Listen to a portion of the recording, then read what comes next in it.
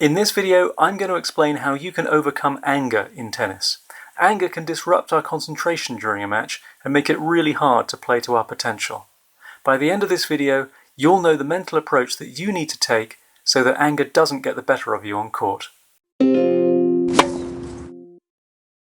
It's Neil Endicott here from TennisMentalSkills.com, teaching you how to win the mental game of tennis. So the best way to manage feelings of anger on court is to learn to do nothing with your anger. And by doing nothing, I don't mean you should continue doing what you usually do when you feel angry. Usually, you respond to your feeling of anger in unhelpful ways. You get involved with your anger. You take it seriously. You try to work it out or get rid of it, or express it by cursing and swearing and throwing your racket. Sometimes you might berate yourself, either out loud or in the silence of your thoughts. If you respond to your anger in these ways, then you're adding fuel to the fire. You're adding layers of unnecessary thinking into your mind. And these responses are really exacerbating the problem. They're reinforcing the emotion of anger. They're encouraging anger. They're making anger more likely to persist or happen again in the future. So anger itself isn't the problem. The problem is how you respond to anger. Because anger is a normal human emotion that all players will experience at some point in tennis, sometimes multiple times in a match. We should expect to feel angry sometimes in tennis. It's a very demanding sport with a scoring system that constantly puts us on edge. We're not rewarded proportionately in tennis, so you can win more points than your opponent in a match and still lose. So you've got to win the right points at the right time. This explains why tennis is such a psychologically challenging game and why so many players struggle with anger and losing their temper. But what if you could just let go of anger? What if you could accept these very difficult feelings? I teach a range of practices to my clients which involve learning to notice and acknowledge anger and then redirect your attention on the task at hand. By doing these sort of practices regularly, you're learning to leave anger alone and let it subside naturally. So let me give you one of these practices so that you can learn to deal with your anger better on court. Now there are two steps to this practice. The first step is to notice and acknowledge anger. So before we can overcome anger, you need to become skilled at noticing when anger arises.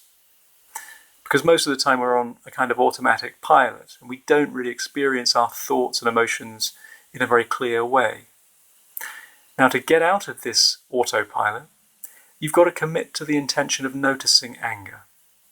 In between points, when you realize you're angry on court, I want you to acknowledge it by saying silently to yourself, "There's anger." Now remember, there's nothing wrong with anger. It's a normal human emotion, and we don't have to get rid of it. If you try and suppress anger, it's going to come back later with more force. So, when it arises, just let it be there. All you need to do is notice and acknowledge it. And now the second step of this practice is to redirect your attention.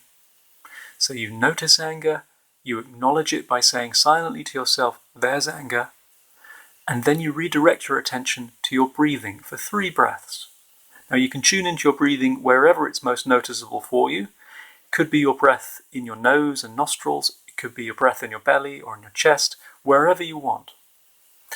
And after the 3rd breath, play on. So you need to do this practice every time you notice anger. You notice anger, you acknowledge anger, you redirect your attention to the breath. So to get the full benefit from this practice, you need to keep practicing it again and again for a number of weeks. This is a mindfulness practice. You can enhance this short practice substantially by developing a range of tennis-specific mindfulness practices.